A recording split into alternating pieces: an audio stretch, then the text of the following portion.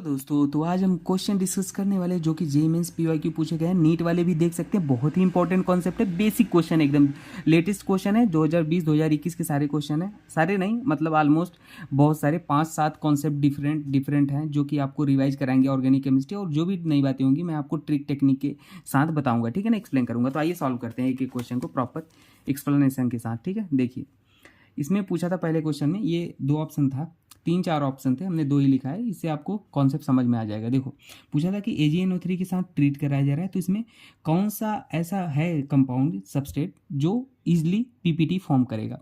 तो देखो AgNO3 nucleophilic substitution reaction कराता है, याद रखो। हैलोजन गिवन होता है, हैलोजन को हमने बाहर निकाल के आप कार्बोकैटायन बना लो, ठीक है। हमेशा कभी AgNO3 गिवन हो तो कार्बोकैटायन बना लिया। अब देखो जो कार्बोकैटायन जितना ज़्यादा स्टेबल होगा वो उतना इजिली पीपीटी फॉर्म करेगा, ठीक है।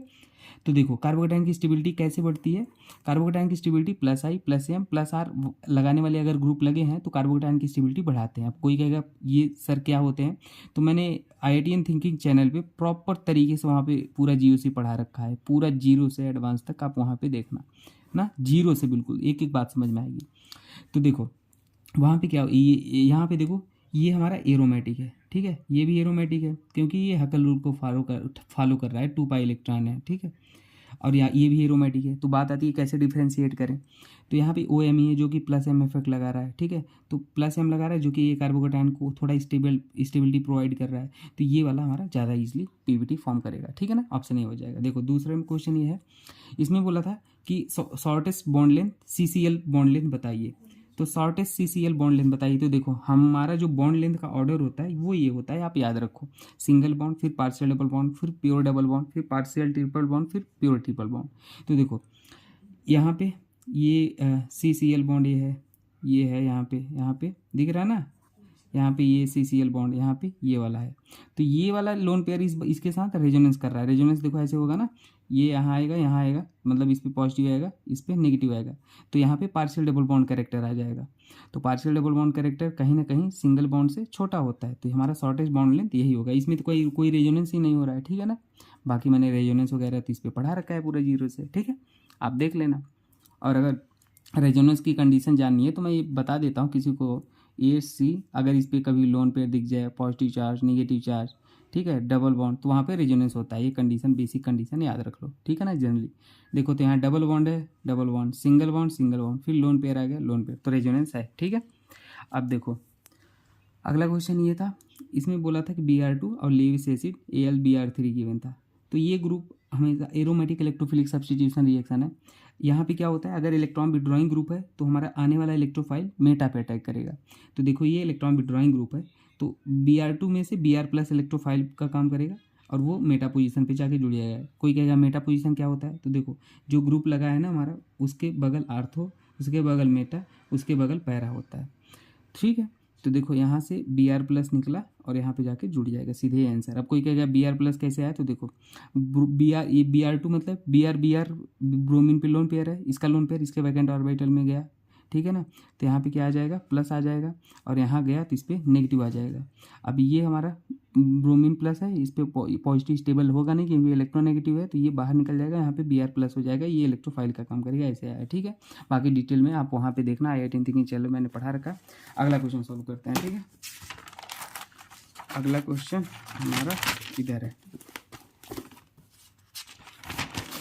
देखो अगला क्वेश्चन हमारा ये था, सेम क्वेश्चन था, इसमें easily PPT which will form PPT with aqueous AgNO3 most readily, ठीक है ना। तो सेम कहानी, इसको हमने निकाला, कार्बोकैटायन बनाया, कार्बोकैटायन बनाया, कार्बोकैटायन बनाया। स्टेबिलिटी ऑफ कार्बोकैटायन देख लो, देखो यहाँ पे ये लोन पेयर इसके साथ बैक बॉन्डिंग कर रहा है, क्योंकि कार्बोकैटायन मतलब वैकेंट पी ऑर्बिटल, लेकिन इसका लोन पेयर इधर भी रेजोनेंस कर रहा है, तो बट रहा है, तो बैक बॉन्डिंग से कार्बोकैटायन की स्टेबिलिटी बढ़ती है। यहाँ पर देखो ये भी बैक बॉन्डिंग कर रहा है, यहाँ पर बट रहा है, यहाँ पर ये बैक बॉन्डिंग कर रहा है, ये बैक बॉन्डिंग कर रहा है, ये लोन पेयर इसका। अब बात आता है इसमें तो बट रहा है, तो इसे थोड़ा कम स्टेबल होंगे। अभी इन दोनों में देखो ऑक्सीजन ज़्यादा बैक बॉन्डिंग करेगा, नाइट्रोजन, तो नाइट्रोजन कम इलेक्ट्रोनेगेटिव है, तो लोन पेयर को अच्छे से डोनेट करेगा, इसलिए ज़्यादा बैक बॉन्डिंग हो तो ये ज़्यादा ईजिली रेडली पीपीटी फॉर्म करेगा, ठीक है ना।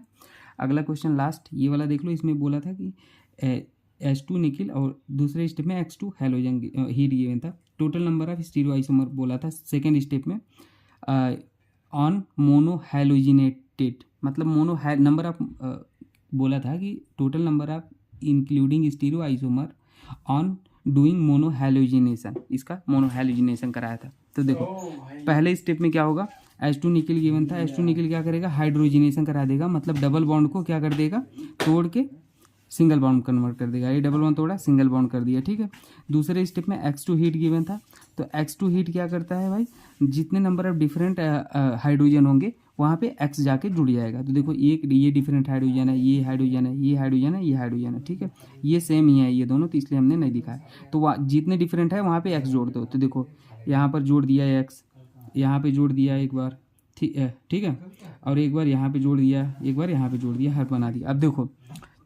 अब देखो क्या कहीं इनमें कायरल सेंटर है। कायरल सेंटर क्या होता है, जिसमें एक sp3 hybridise carbon 4 different group से जुड़ा हो तो कायरल सेंटर होता है। तो देखो यहाँ पे ये कायरल है, ये कायरल है, एक ग्रुप, दो ग्रुप, तीन, और ये चार डिफरेंट ग्रुप से जुड़ा हुआ है, ऐसे ही ये। तो देखो अगर एक कायरल सेंटर है तो उसके दो स्ट्रक्चर पॉसिबल होंगे, कितने, दो स्ट्रक्चर, एक R और एक S। अगर दो कायरल सेंटर होंगे तो उसके 4 स्ट्रक्चर पॉसिबल होंगे, RR या SS या RS या SR। मैंने डिटेल में पढ़ा रखा है 18 थिंकिंग चैनल पे, देखना, ठीक है। तो देखो इसके एक कायरल है तो दो स्ट्रक्चर पॉसिबल होंगे, इसके दो हैं तो इसके 4, बाकी इसके में कोई कायरल नहीं तो एक, तो कितने हो गए, 4 2 6 7 1 8, टोटल 8 स्टीरियो आइसोमर होंगे, ठीक है ना। बाकी कुछ डाउट हो तो आई थिंकिंग चैनल पे देख लेना, कैप्शन में लिंक दे दूंगा। बाकी ऑप्टिक अगर कायरल ओरियल रिलेटेड प्रॉब्लम है आपको इसको कॉन्सेप्ट से, तो मैंने ऑप्टिकल आइसोमेरिज्म का कॉन्सेप्ट पढ़ा रखा है, सब कुछ 26 मिनट की वीडियो में प्रॉपर एग्जांपल क्लैरिटी के साथ, ट्रिक टेक्निक के साथ सारे POQ सॉल्व हो जाएंगे। आप देख लेना आई थिंकिंग चैनल पे, ठीक है। बाकी मिलते हैं नेक्स्ट वीडियो में, थैंक यू।